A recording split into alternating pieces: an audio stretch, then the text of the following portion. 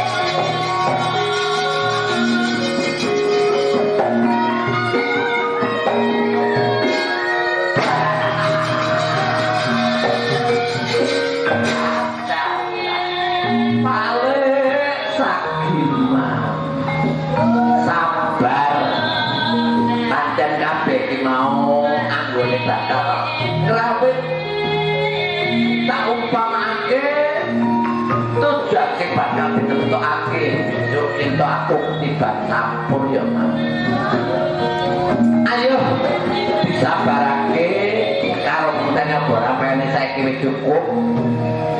Terusake lakone wayahe yo kowe minangka padana. Terus menake tetanduran kaya malam slametan tumuju dhateng saindhahe Nusantara Padanan Bojonegoro yo Mas. Ya, mugi-mugi kanawan kabeh arep padha nglakoni sewulan bulan Ramadan suci kuwi. Sing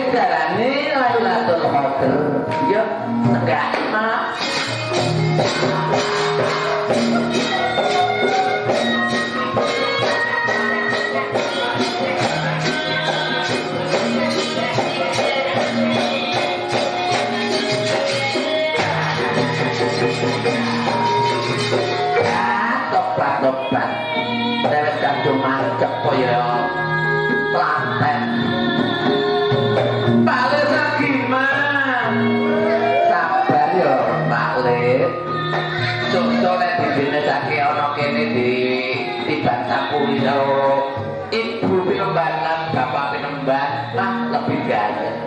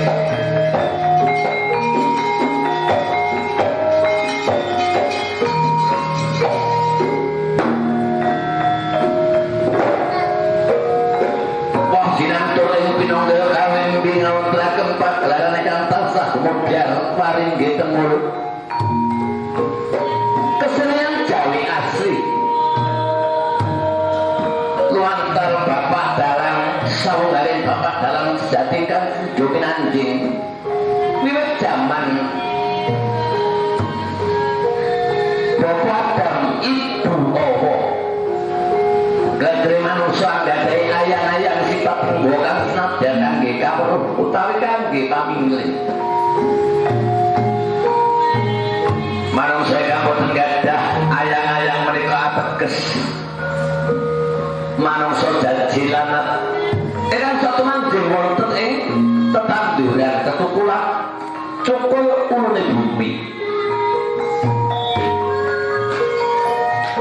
landasan gedebok minangka bumi, layar minangka panggilanipun surya kambe biar padang amat dari jagat saisen-isenipun nggih menika layar. Senasa warna-warni layaripun ananging menika saged kangayomi dhumateng kesenian Jawi asli mari nggih tenggo ingkang sampun dados padatan. Wiwit Bojonegoro Surambah wontenipun mari nggih tenggo nggih menika wiwit taun 50 sekawan. Pirantingipun inggih menika bapak kita yang sampun swardi inggih menika Mbah Ramijo Maring Tinggiatono nggih kasebut Badala Kencik. Anglampahi panguriwe Tapa Brata barang amen. Saindahipun Nuswantara Jawi. Tilaran ingkang menuju sejarah saya menika sampun dipun uri-uri dados kangge pengeling-eling dhateng anak putu buyut kang gawaring udeg-udeg gantosipun. Lenggah Sinawaka wontenaken nggih menika gegambaran utawi sekawit tulodo pangemper-emper menangi negari putih negaripun menentolan sabrang pun di tanah sabrangipun tanah Jawi putih tanah Jawipun sinebut tanah Jawi Jawa Timur. Sampun kinundang kawigatosipun lajeng pembangunanipun samangke sampun dados kutha adi Purwokerto. Kemudian lan menapa kang diputusaken dhateng Purwokerto kawula Bojonegoro saged Surambah. Saking kesanipun Allah Subhanahu wa taala sampun paring rahmat sasampunipun kula seripun Ibu Adaman Ombo.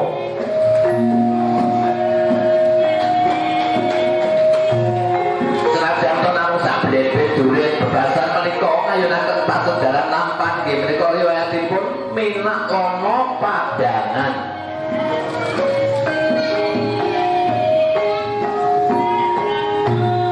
Unjul yukang kinasih senajan to namung sablebet durit utawi saketang sapupuk nang sampun saged antepi dhateng pamirsa. Menawi to menika tujuanipun ngajak rukun, ngajak bangun, ngajak nyuburake para kadatan ingkang sampun merambah wonten bumi lumpur subur lan makmur. Sinten wae kang jumeneng wonten ing larang gedangan inggih menika Padangan. Inggih menika Minak Saroyeng Jagat inggih Hyang Agung Jayeng Timuti kagungan putra ingkang nami Minak Lono. Saged mangke loro tanpa wates Majapahit Gede Jagu. Surambah Jagu menika napa gantos-gantosipun ingkang sampun pinjebah sampun lengser. Sinten malih ingkang dados tunggak semiltari generasi penerus menawi boten para panomah. Para cucu-cucu sedaya ingkang sampun sinambat. Kalian saking jam boten saking dalan dalu boten saking salah berdata nama pegawai. Saking mondro sumaring kanan lan kiri yo katuman semangat diko karya sing mati.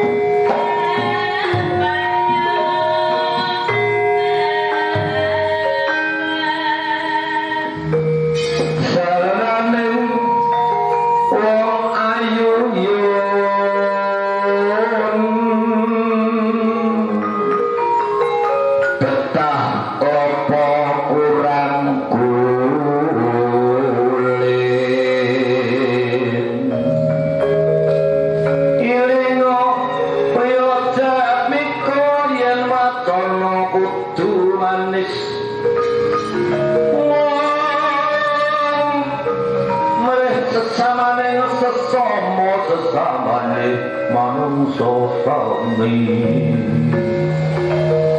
sesamane manungsa sami yo tundursa ampepe batin yen tok dawas tanpa katimbalan sujud berduyun-duyun yo kanthi pangapunganing praja lan kabegelan utawi negara ing papan panggawe isih durung ana negara kakang timurnya utawa kanthi diake marang sawiji pangayomaning jaman Soma langgeng yen tak puja lan tak puji yen tak kagungan putra lanang besok bisa ngalonggak semi bisa mikir-mikiran keadaan ing kutha Bojonegoro sak endahing lan saking Nusantara Bojonegoro. Bojo iki ora usah dipikir dhisik, sing penting nyambut gawe. Dening aku wis nampa kintaka kuwi nek diaran saka pamundhuting saka apa kae nek ngarani ya ki tembung surat kasarane. Nah, isine surat omong bakal kepengin anggegayuh tetepungan sing supaya keduwian pertanen iki ora kriya ya kuwi kamas minak sengkuthuk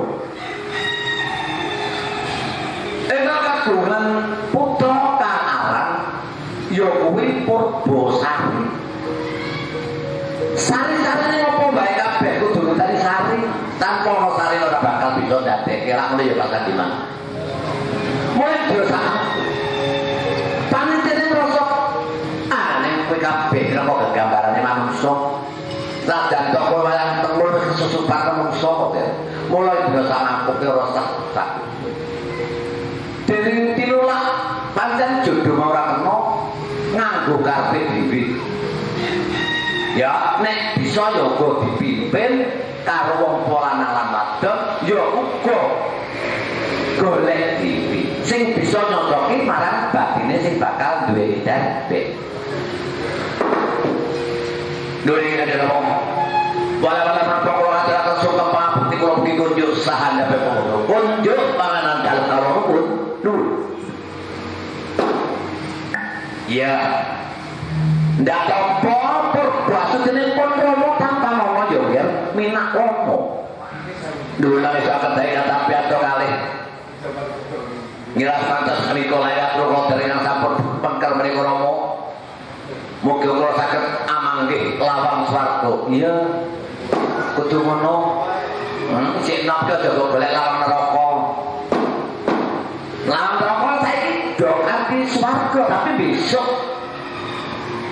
mana dadi saiki ngrasake kepenak besok nerakane ana ing pangayomane Gusti Kang Akarya jagat dene wong lajeng kula menika badhe nambah dipun wontenipun salebetipun kutha Bojonegoro sandhanipun ngono lha terus saiki napa nggih kali mandak-mandak mbok menawi kula mangke cocok kalian jodoh kula mangke kesuwan dateng-dateng neraka dadi iki mbok tulak kira-kira lamaran saka kamas bodoh iki karep ngono ya sadar keduwean wedhus kae sapi kae mau pancen wong tani kuwi aja sampe liya karena bisa mimpin marang senajan toh pernah keponakan antarane kesatu atau kedua serapa diopo sing penting tetep padem mantep pesane Gusti mulang pesane uripmu pi duwe video tetep propane jawab sapa ya wis tak karepmu mau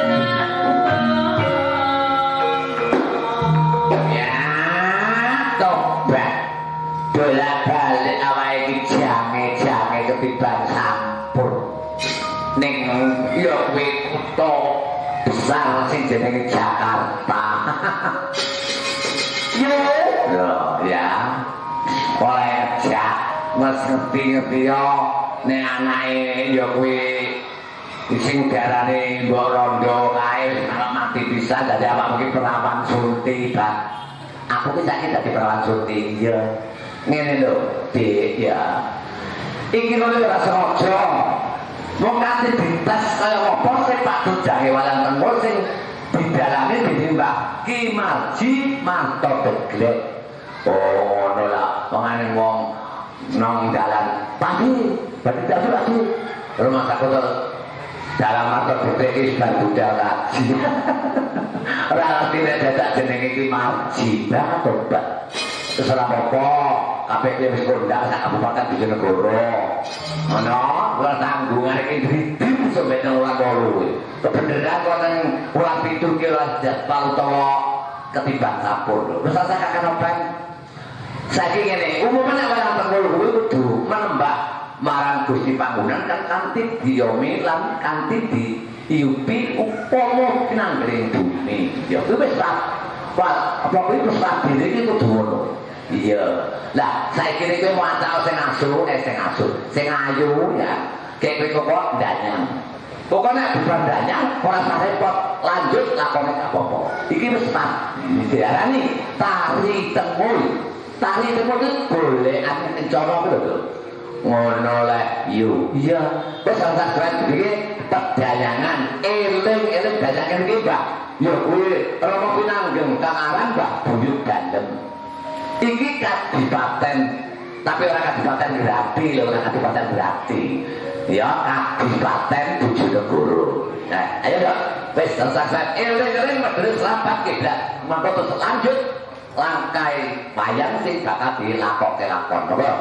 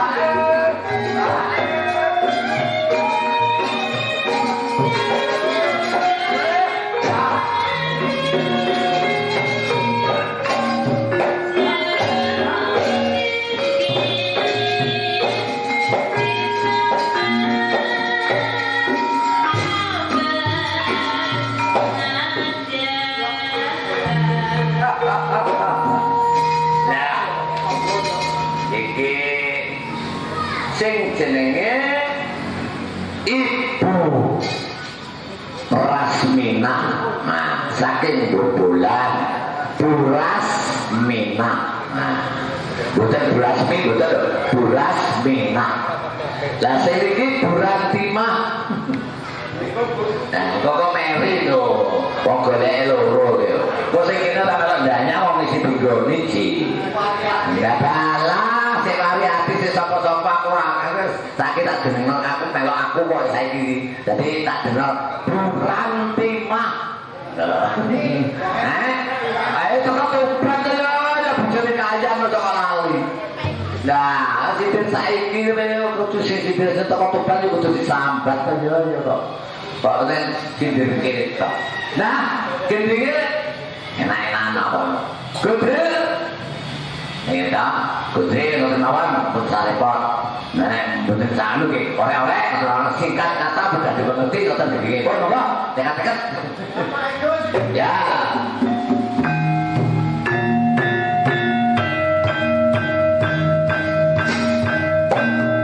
Hãy subscribe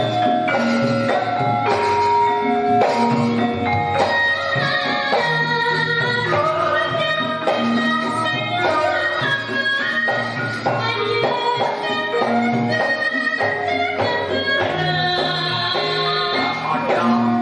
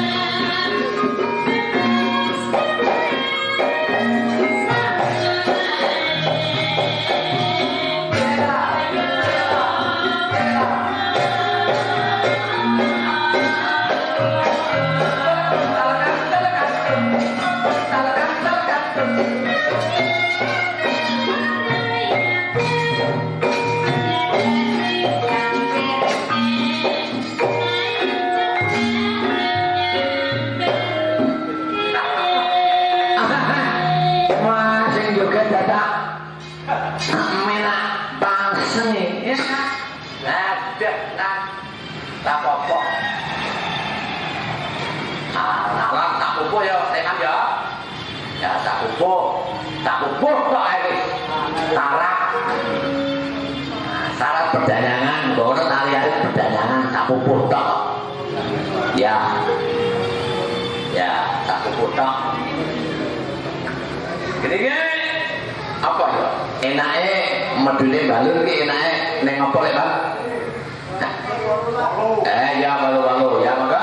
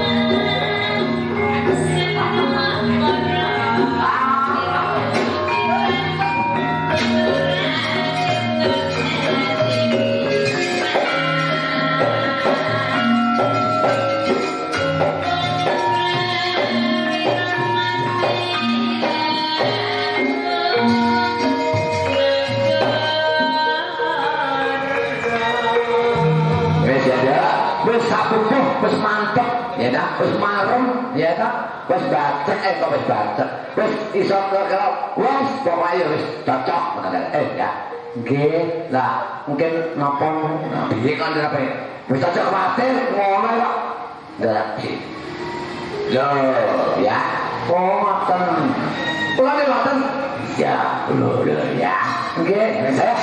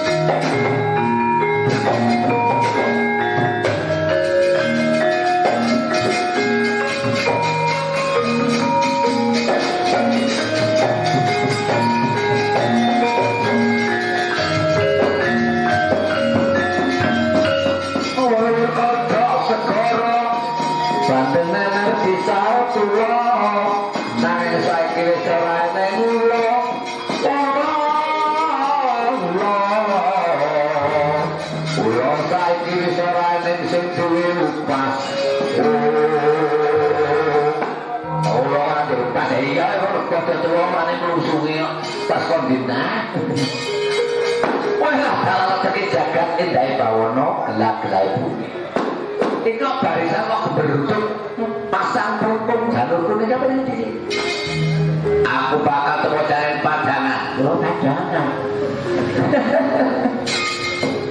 kowe satrio saka ngendi tujuan apa tuwadak kowe ono ndo cita-citamu kan bakal mlebane kutha Padangan. Abot kelan dawuh Gustiku menak senggodo. Kanthi ngeterake kitapa kang wis ditampa marang Gustimu wong agung menak Jayenti Murti. Kowe kebat liwat. Apa ora kula wato adol kapilangmu? Ya. Sapa? Menak ono. Tujuanku ngono tanpa atas dan aku mati jago kanggo katetemane kodho pengayomane padukuan ing Gedangan. Kutha Padangan. Bahkan yang kowe bakal kuyuh. Ayo Padangan sakindah Nusantara Bojonegoro padha dibangun. Ayo padha ngrukunke kabeh keluargane aja nganti basah lan basih. Iya nek dek piye wis ora jamane. Saya mundak taun mundak tuwa terus kudu mundak sabar. Mundak rukun. Mana? Besok kan Bojonegoro biyen. Ane waktu ku meja kursi ya kudu melok meja kursi. Ya. Ane waktu ku apa manuk. Nek saiki wis ora bah kowe tuku motor mewah, bah kowe nek gerobak ya kowe sing diarani kira apa? Tosa. Nek ora tosa ya becak.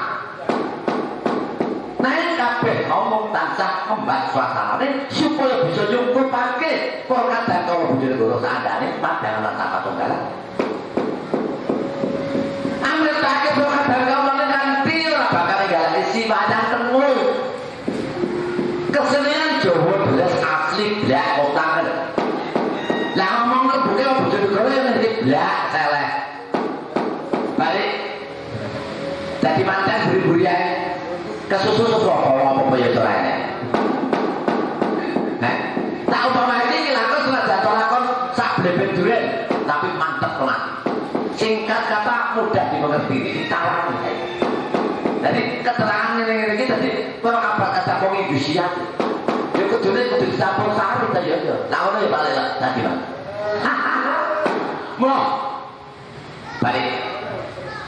Nek ora balik terus jalur kuwi tak oklek-oklek. Apa ora butuh jalur? Ya butuh nih. Tapi delok-delok kebutuhane.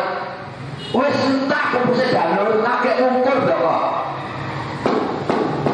Gawe ketupat lepet klontong sampe. Aku ora gelem balik. Dawe marang Gusti Prabu Senggoto, aku kudu boyong anak Mas Bagus Menawono. Tak gawe lamun. Nyidam apa kowe iki? Delok duwekan iki opo? Urung nate kejejok kabel. Cek sering Joko. Cita-citane gegayane pangulurane sejalane nunggak semi yo generasi penerus. Iki lho Menawono. Nek padha kula gemutut obat tekan aji Joko mantap. Ayo daun kepreno batul sidane bah namamu.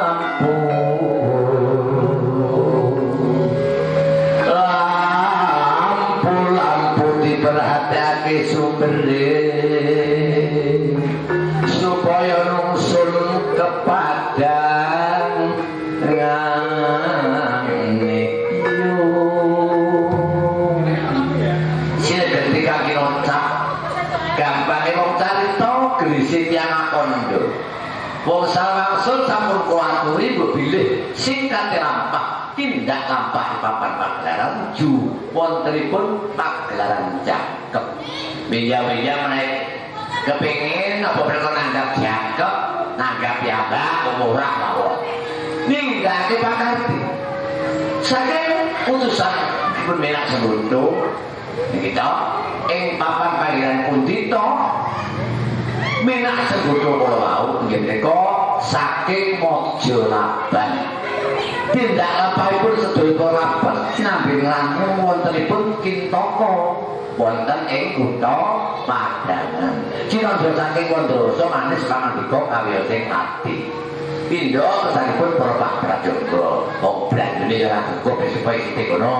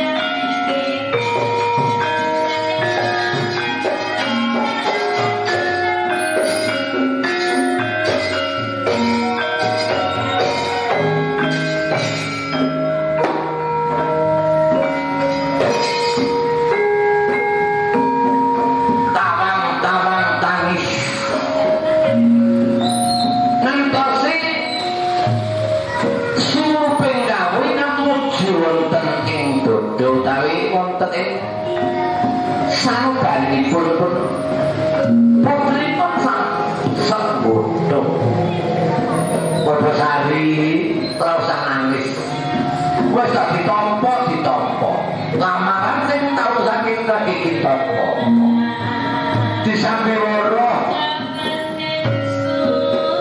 karo dagang isan-isane para kadangane para kependem ya uga kabeh tetanggane para kadang tani saendah Nusantara Padanan lan Bojonegoro ya tanduran sawi pengijoane ya semangka anu buah-buahe ya sing diarani krai brembah runcu kabeh kabeh ora bakal selak janganan-janganan sing ora kapi wong-wong kelor gumantungan kelama dikewasen wis ora usah nanti ngatos pundi menawi to menawa tinulak wontenipun Kintaka Rama wis Pak beres aku karo ora sewa indho napa ingkang sampun dados sesanipun pinak sembodho anggone mertah dhateng ingkang putra inggih putrinipun ingkang peparak padha sami nenake penggalih tuju wonten pundi papat panggenan lan sampun dados sepuhan palupi Dindrasanipun inggih menika kegarwan sesarengan gesang atau sebenaripun paripurna inggih menika wonten satinggil binatrata ing pundi papan negari utawi perdisan karang perdisan lan maturipun betapun menanti tenaken ampun ngantos serat debote kedadosan pisanan dulur padha dulur kang Prabu Sahasi kok menapa isih durung bagiane tindak napa ingkang sampun dados sani Gusti Kang Kakal jagat langgengaken nadyanto sakupuh gendhikan dipun mengko dening Ibu Ranggana lan Bapak Prajogo monggo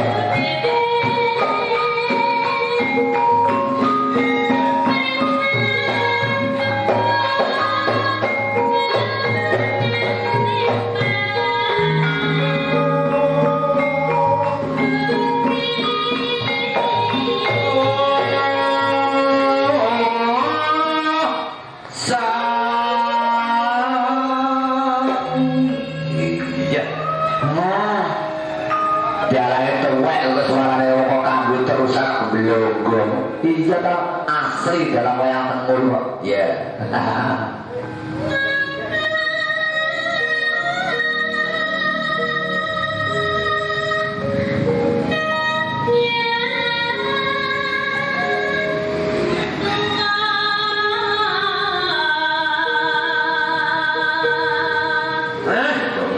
bapak-bapak ini ngelawuke awake dhewe wis ngimuput dane hujan lamun ora saya Bang. Ya ditamakno to dagangan.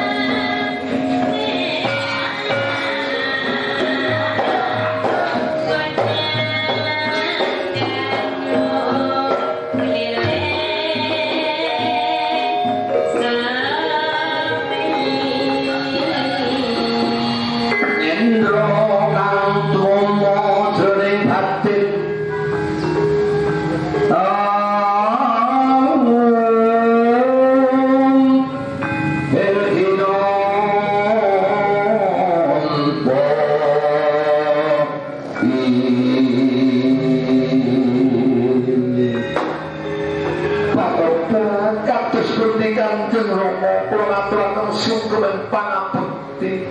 Iya. Pancen sing golane kaya mangkono. Tindak ampah lakune pancen yo ngenteni lamun tok wong mlaku.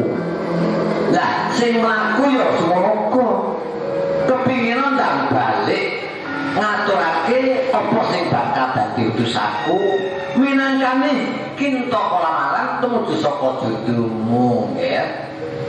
Bosan atau aku wis petang senep tuh. Apa masalah? Anggon ku mikir kok suwe banget lho. Wong aku yo perawan tenang kok. Iya. Senajan sapa sing gak ngerti. Kowe pancen dalan sik dalan kenceng. Ora pernah ngetoni dalan sing minggo. Romo dhewe ngerti. Mergo kowe putriku sing tak petri. Aja ngeratan banjur sawang nang katan bosan. Lah kowe metu nang latan biyo tenang. Disamper dah yo sing dalan tak alay. Ki omong akeh wahyu kluyuran hati-hati. Wahyu judul kenapa yo apa? Mulai bersama kutu amin. Wassalamualaikum warahmatullahi wabarakatuh.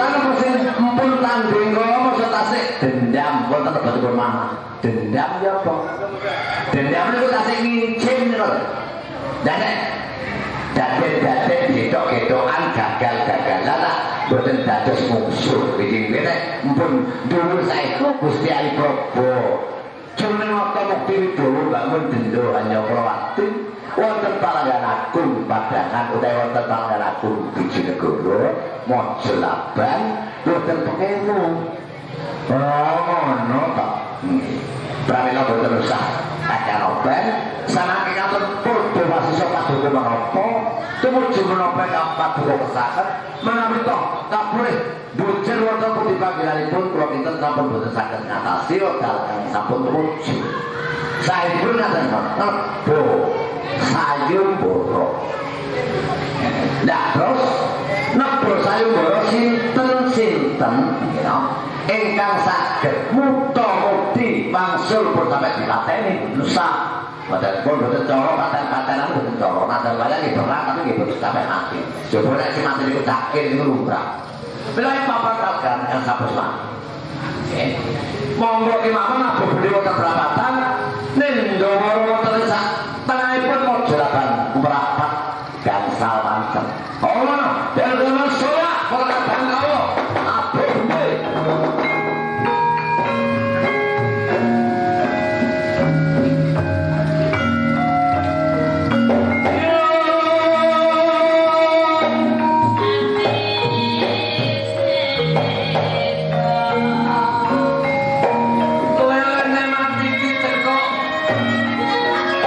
yang bangsa Polono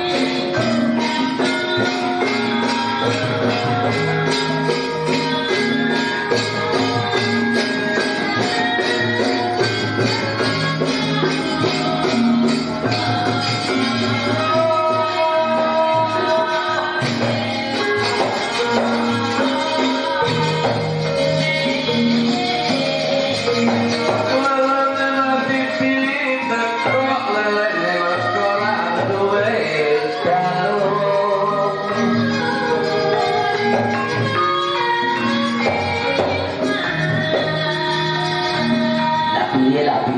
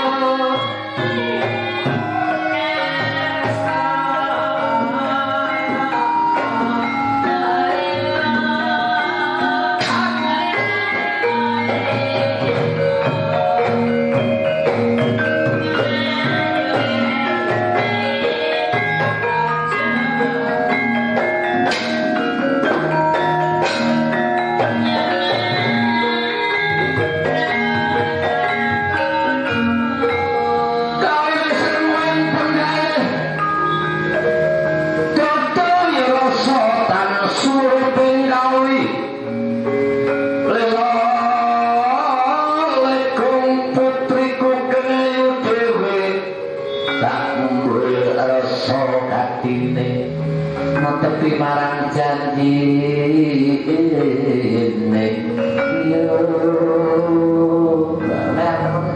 tenang asli gigi lo dadane to tabane kutira padane kutira tibane sing sarwa apik tapi ora setelane layang tengah ya saru Pak ora beri arek layang tengah sing sepi-sepi tibane wis blenyo elektron to tak tawakno dagangan lah ngono ya Pak Sadiman dari yo putraku singkat Dawati kula pedhawu parandika Kanjeng Rama najan to kowe kuburan sedina kowe 7 bangun awis ngantek kaya tertekantol nek kangen kowe bener-bener jodohmu minakono ya kanthi apa kang dadi maksud rupeng lan tujuan kabeh sama aku dhewe iki kentek lamun aku utusan si bekal iki wong kabeh ora priya wong ya sik sedulur lah perwane pungkakane wong Kakang Mas Minah Desem Minah Pasem Dasudi kali datosipun keponakan Patu Kopor Purwosan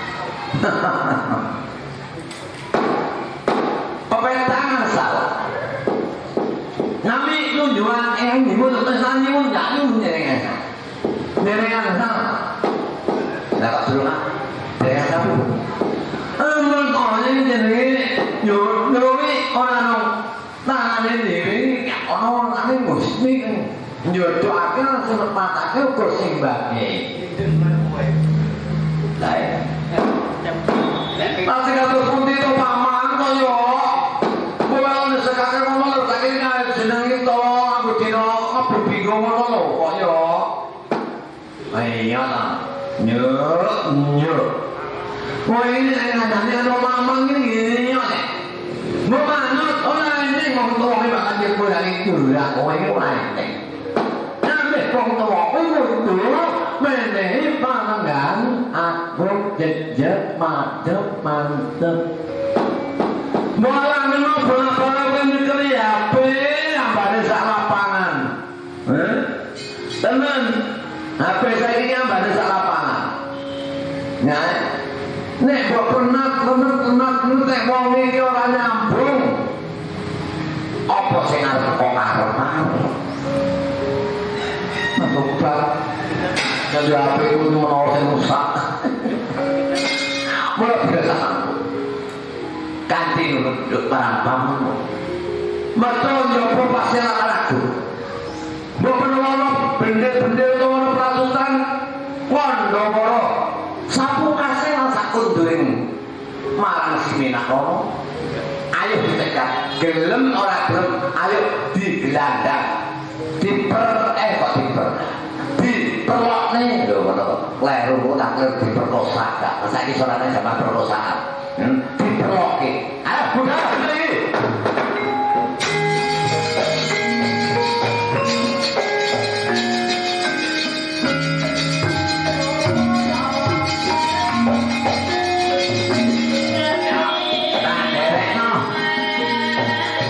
bekal-bekal disiapake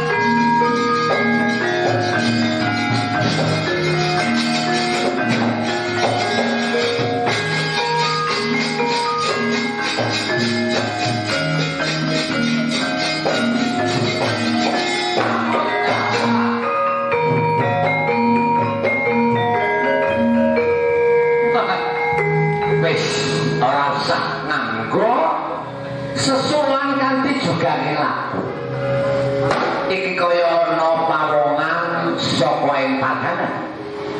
Iya, pancen ora dulu. Nah terus aku nututi playune Minakono. Minakono, iya. Apa saprono dene kowe nututi si Minakono? Abot nembang dawuh Gustiku kalapan to Minakono kudu balik. Ora karo metu baju ana sanjabane kudu padane. Amarga Gustiku wis nampa purba anti panembrama. Purba anti panembrama kan? Purba ku janji. Ya tak, panembrama kudu ditepati. Nah tapi marang janji mau kudu dilakoni. Wong nek kowe janji ora ditepati dosa.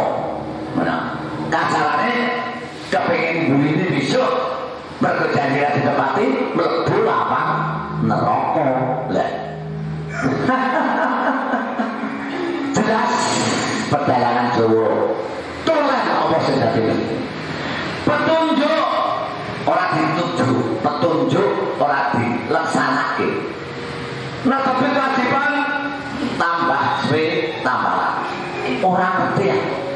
Mbok menawa kowe mengko ketemu prajurit saka Pancayagara.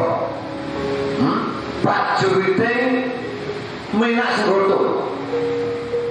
Kudu melu cawe-cawe. Jangan tahu-tahu tak jumpa Minak Senggoto pasti ikut.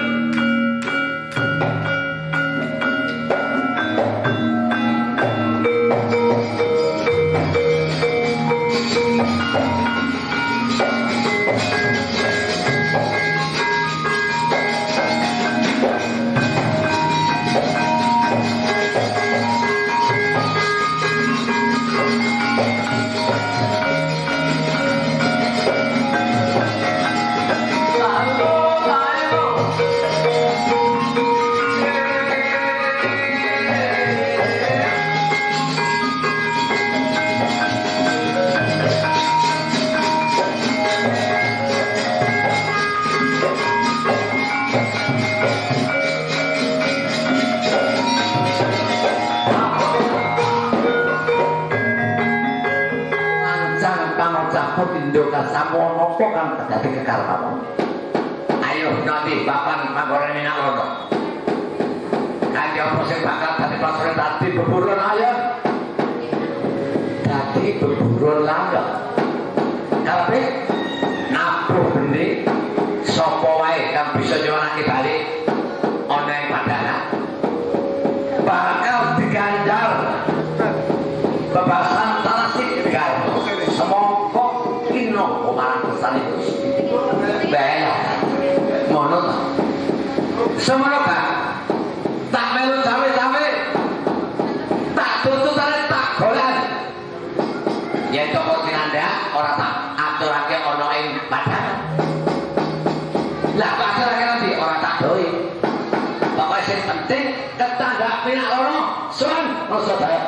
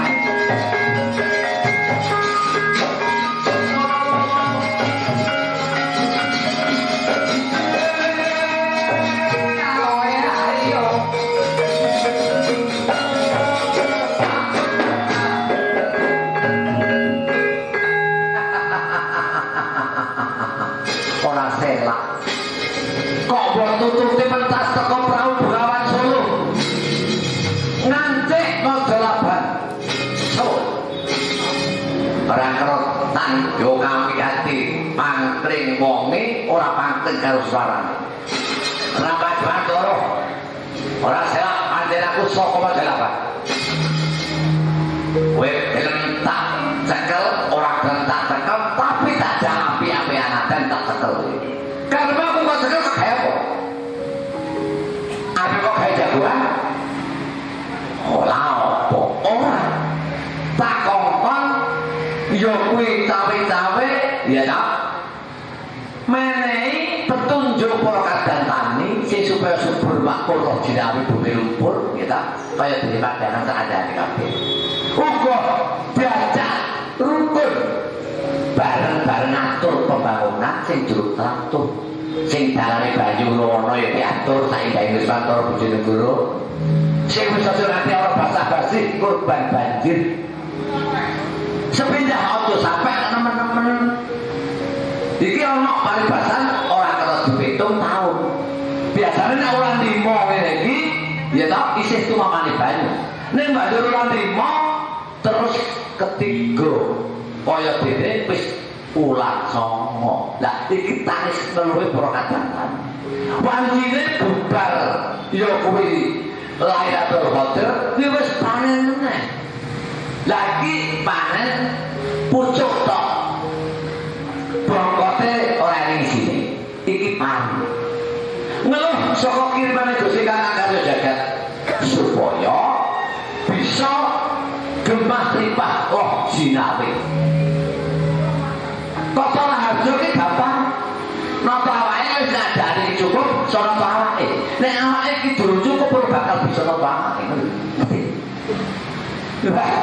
Jojo kok keburu nafsu kaya berandalan itu Raden Said Lumut Joyo ayo manut tak suarake marang Gustiku bisa mampu bahkan orang wong liya tak bapake marang putriku kendari Gustiku ayu sekar Dek enak toh, tak barang enak, orang mau tak barang sih enak, orang bikin enak toh.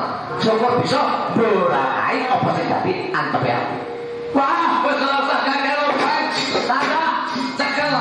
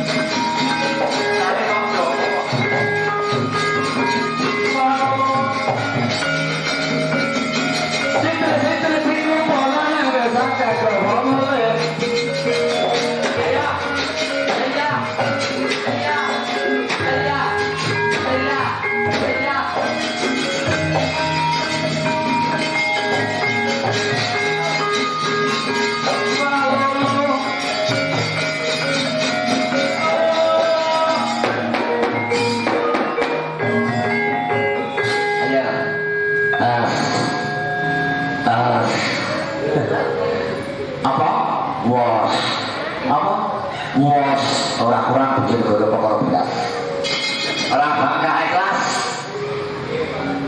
gini ya ini pas umur sampai mas tengah nanti setelah sembahyang ayo pada sepuluh sampai ini tadi kurang puas nanti bapak pengayoman dilanjut di bubar misa nah, tapi nek mangke jam 10 dibari nang studi maghrib biyen konoten nah iki pun senanem nah lain-lainnya dalane di pakai aku malu kantor ibu ini kan terus bumi kan ya wes diraren sakuntoro ya bakal mengko ngetes kelincahan sepak terjang tujuh panjang samarangganane yen tau mengko ana dina kang lodo mergo wektune sik panjang ulang 6 mulai tanggal 14 15 16 17 wis ayo nang tangkep ayo